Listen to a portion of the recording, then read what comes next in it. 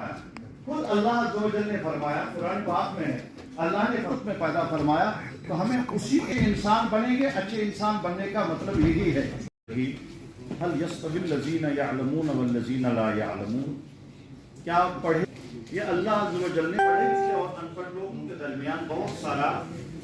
एक गैप है। बहुत रसूल सय्यद कायनात सल्लल्लाहु अलैहि वसल्लम ने इस वो भी पढ़ने के ऊपर ही नाज़िल की गई। ये मकसूद कराया गया एक इंसान से और पढ़ाई में क्या है, इस पढ़ाई से, इस पढ़ाई लिखाई से एक आलिम जब बनता है, एक जानने वाला इंसान जब बनता है, आम इंसान वाला बन जाता है। अल्हम्दुलिल्लाह हम सब पढ़े लिखे लोग हैं। हम इंस्टीट्यूट में जाकर करना चाहता हूँ, अर्ज करना चाहता हूँ, उनमें सैयद आलम सल्लल्लाहु अलैहि वसल्लम ने फरमाया, खैरुन नास मन यनफउन नास, लोगों में से सबसे बेहतर इंसान वो है जिससे दूसरों को फायदा पहुंचे, जब वो खुद मुफीद बन चुका हो, जो दूसरों को फायदा।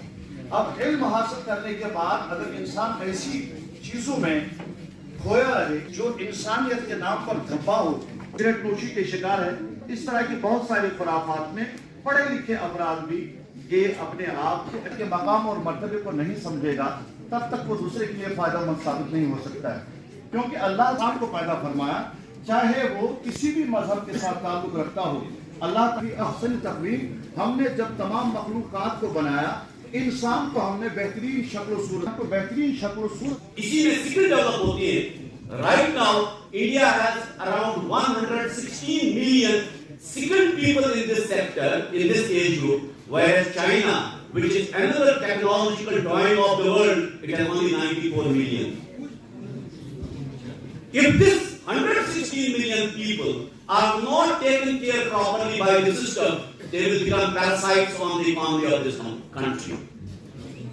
जो member of civil society and is working in PhD department, Sajad number 4 जो local businessman है, और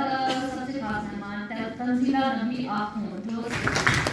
हमारे साथ जाहिद गली सर जुड़े हैं, टीचर हैं। हाथ में लेंगे, this is all pencil work, look at this art, and अल्लाह ताला ने इनको जो स्किल दिया है, हम रियली इंस्पायर्ड कलम से और अपने ब्रशेस से, this is so amazing. And so we have the last speaker with us, and he is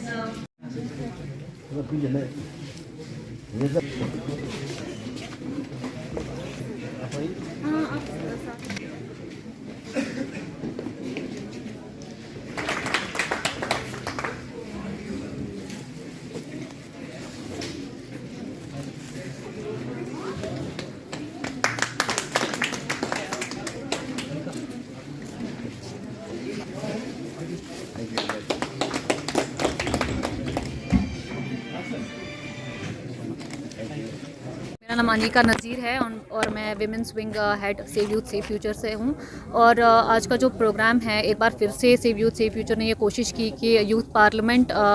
जो है उसका इनेकाद किया जाए और यूथ जो है उनको सामने लाकर उनसे एक बातचीत, एक थॉटफुल डायलॉग जो है वो क्रिएट किया जाए। और इस हवाले से हमने अलग अलग डिपार्टमेंट से लोगों को बुलाया था। जैसे हमेशा एम्प्लॉयमेंट की बात होती है तो खादी विलेज इंडस्ट्रीज़ से हमने उनके एक पर्सन को वहाँ से इनवाइट किया था, और बाकी डिपार्टमेंट से, एजुकेशन डिपार्टमेंट से और बाकी रिलीजियस प्रीचर्स को भी इसमें इनवाइट किया था, ताकि वो रिलीजियस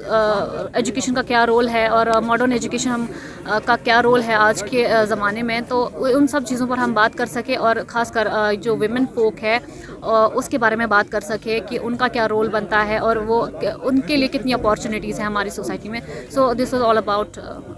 यूथ पार्लियामेंट टुडे। को पता है कि आज हमारी organization save youth save future की तरफ से हमने आज एक इनिशिएटिव लिया। इससे पहले हमने लास्ट 2 ईयर्स से हम ये इनिशिएटिव लेते आ रहे हैं यूथ पार्लियामेंट। इसका मतलब ही है कि that it's a parliament of youth, it's a parliament of every Kashmiri youth, कि जो यहाँ पे इस प्लेटफॉर्म पे आ जाए, यहाँ पे आए, अपनी बात रखे, अपने ओपिनियंस, अपने इश्यूज़ डिस्कस करें विद एडमिनिस्ट्रेशन, विद एजुकेशनिस्ट जो हमारे यहाँ पे हैं, with police and other stakeholder जो डिस्ट्रिक्ट्स के होते हैं, उनसे बात करें। और आज भी हमने ये एक आज इनिशिएटिव यहाँ पे बारामूला में लिया यूथ पार्लियामेंट, जहाँ पे हमने डिस्ट्रिक्ट डिफरेंट डिस्ट्रिक्ट ऑफिशियल्स थे हमारे डिस्ट्रिक्ट के, उनको बुलाया यहाँ पे खादी विलेज इंडस्ट्रीज़ के उनको भी, यहाँ पे जो डिस्ट्रिक्ट ऑफिसर थे उनको बुलाया, एजुकेशनिस्ट थे यहाँ पे उनको भी बुलाया, यहाँ के कुछ रिलीजियस प्रीचर्स थे उनको भी हमने बुलाया, इसमें यूथ पार्लियामेंट में हमने इसमें शामिल किया। यही था कि दैट रीज़न यही था कि इनको हमारे जो युवा है उनको एक प्लेटफॉर्म मिले जहाँ पे वो अपनी बात रखे, जहाँ पे वो अपने इश्यूज डिस्कस करे। बिकॉज गवर्नमेंट ऑफ इंडिया, हमारी जो एलजी एडमिनिस्ट्रेशन, उन्होंने हमेशा से इस इनिशिएटिव पे बात की है कि जहाँ पे चाहे वो गांव का लड़का हो, चाहे वो एजुकेटेड लड़का हो, चाहे वो ड्रॉप आउट स्टूडेंट है, यही हमने इनिशिएटिव लिया कि वो अपनी बात रखे और इसका मेमोरेंडम बना के will submit in district administration और सम हाउ जो हमारे जो गवर्नमेंट है वहाँ पे भी सबमिट करेंगे। और ये इनिशिएटिव हमने इससे भी पहले भी लिए हैं और इंशाल्लाह रहमान आगे भी लेंगे इंशाल्लाह। तो अगर हम सेव यूथ और सेव फ्यूचर की बात करें तो ये जो यहाँ का यूथ है आज के दौर में, आपको क्या लग रहा है कि यूथ किन मुश्किलातों में दो चार हैं जिनसे ये बचना चाहेंगे? Sir, as we are working from last 4 years, जो हमने ऑब्जर्व किया एज आई एम मैं खुद एक बारामूला से हूँ, बट एजुकेशन और आई कैन से दैट जो हमने we need to focus on education system in specially on, जैसे एक हमारे जो स्पीकर थे एक तारिक चालकू साहब जो बता रहे थे कि दैट एजुकेशन सिस्टम के साथ साथ हमने स्किल जो कुछ ऐसे इनोवेटिव चीज़ों को इंट्रोड्यूस करना चाहिए जहाँ पे एजुकेशन के साथ साथ इनको एम्प्लॉयमेंट भी जनरेट हो। और वही मैं देख रहा हूँ कि दैट हमारे पास एज वी हम सबको पता है कि हमारी जो कश्मीर की बात करते हैं, एजुकेशन तो सबके पास है, डिग्रियाँ तो बहुत है, बट एम्प्लॉयमेंट अभी उतनी नहीं है। और somehow government, it's not possible कि गवर्नमेंट हर किसी को गवर्नमेंट जॉब दे, और समहाउ जो गवर्नमेंट ने स्कीम्स प्रोवाइड की है उसका लाभ सबको उठाना चाहिए। एंड अनएम्प्लॉयमेंट जो बेरोज़गारी है, मुझे लगता है कि दैट्स अ इशू जिसकी वजह से समहाउ हमारे जो नौजवान डिफरेंट मुख्तलिफ रास्तों पे चले जाते हैं। बट उसके लिए भी गवर्नमेंट ने बहुत सारी स्कीम्स इनिशिएट किए हैं। But I can say that मैं एक सजेस्ट करना चाहूँगा आपके माध्यम से कि दैट गवर्नमेंट को जो यहाँ पे इतने सारे जो 300 लोग आए थे यहाँ पे, मोस्ट ऑफ देम जो मेजॉरिटी थे वहाँ पे इनको पता ही नहीं है कि गवर्नमेंट स्कीम्स के बारे में। सो मैं समझता हूँ कि गवर्नमेंट की ये एक ज़रूरत है। मैं समझता हूँ कि जो गवर्नमेंट इतनी सारी पॉलिसी, इतना सेंट्रल गवर्नमेंट पैसा यहाँ पे भेजती है, उसका बाज़ाब्ता तौर पर यूटिलाइज होना चाहिए और लोगों तक और स्पेशली हमारे नौजवानों तक ये पहुँचना चाहिए, और बिना झिझक और बिना देख के कि ये कौन सा लड़का है, किस फैमिली बैकग्राउंड से है, और विदाउट नेपोटिज्म की वजह से उसका वो हक मिलना चाहिए। मुझे लगता है कि आपके माध्यम से ये अवेयरनेस होनी चाहिए, गवर्नमेंट को इसमें और वर्कआउट करना चाहिए जितना हमारे जो ग्राउंड लेवल पे जो हमारे नौजवान हैं उन तक ये स्कीम्स पहुँचे और इतनी अवेयरनेस पहुँचे। सर, पहले तो जम्मू कश्मीर में पैलेट गोलियां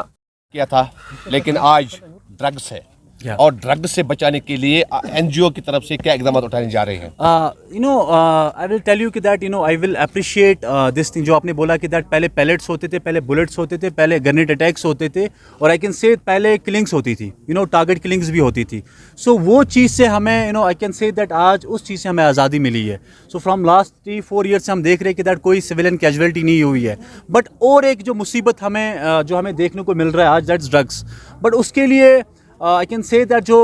एडमिनिस्ट्रेशन या हमारी जम्मू कश्मीर पुलिस हो, उसके साथ साथ वो उनकी भी रिस्पॉन्सिबिलिटी है, उनका काम करे, बट उससे ज़्यादा एक हमारा भी रोल बनता है as a civil society, as a youth, as a parents, जो हमारे जो कश्मीर उनका भी रोल बनता है कि दैट उस पर वर्कआउट करे। Because until and unless administration, police और हमारी जो सिविल सोसाइटी, हमारे जो लोग हैं, वो साथ मिल के काम ना करे, इस मुसीबत से हम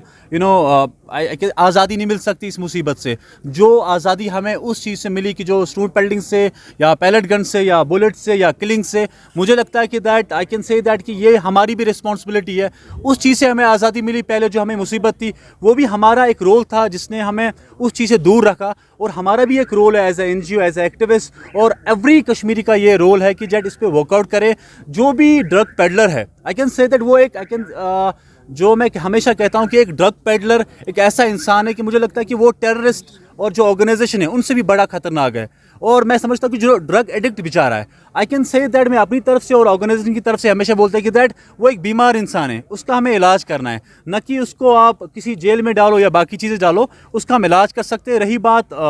ड्रग एडिक्ट की, ड्रग सप्लायर की, उसके खिलाफ हमें कानूनी कार्रवाई करनी चाहिए, और पुलिस और एडमिनिस्ट्रेशन को उसके खिलाफ कार्रवाई ज़रूरी करनी चाहिए। डाक बंगला बारामूला में save youth save future NGO ने एक प्रोग्राम का इनेकाद किया, जिस प्रोग्राम में जो हमारे यूथ हैं पिछले कई साल से यहाँ के जो हालात हैं उसकी वजह से इन पर काफ़ी ब्रंट है और कई जगह इनको अब हमें हैंड होल्डिंग करके आगे फ्यूचर की तरफ इनको एक रोशनी दिखानी है, जिसमें चाहे गवर्नमेंट हो या कोई नॉन गवर्नमेंटल ऑर्गेनाइजेशन हो, उसका एक सीरियस रोल बनता है। और आज का जो प्रोग्राम था जिसमें कुछ बातें वुमेन एम्पावरमेंट की हुई, कुछ बातें मॉडर्न एजुकेशन की हुई, कुछ बातें रिलीजियस एजुकेशन की हुई, कुछ बातें कैरियर काउंसलिंग के हवाले से हुई, कुछ बातें जो इंडस्ट्रियल सपोर्ट इस वक्त है स्टार्टअप्स को या MSMEs को उसके हवाले से हुई। और मुझे यकीन है कि जो यूथ यहाँ पर जिन्होंने आज इस प्रोग्राम में हिस्सा लिया वो काफ़ी मुस्तफ़ीद हुए और मैं मुबारक करता हूँ इस NGO को कि एक ऐसा प्रोग्राम उन्होंने एक ऐसे जंक्चर पर ऑर्गेनाइज़ किया जिस पर इन जो हमारे बच्चे और हमारे यूथ हैं इनको इस सब चीज़ों की बहुत ही अशद ज़रूरत है। और मैं यकीन करता हूँ कि ये प्रोग्राम और भी डिस्ट्रिक्ट्स में और भी लेवल्स पर ऑर्गेनाइज़ किए जाएंगे और बार बार जो हमारे यूथ हैं वो इसका फ़ायदा उठाते रहेंगे।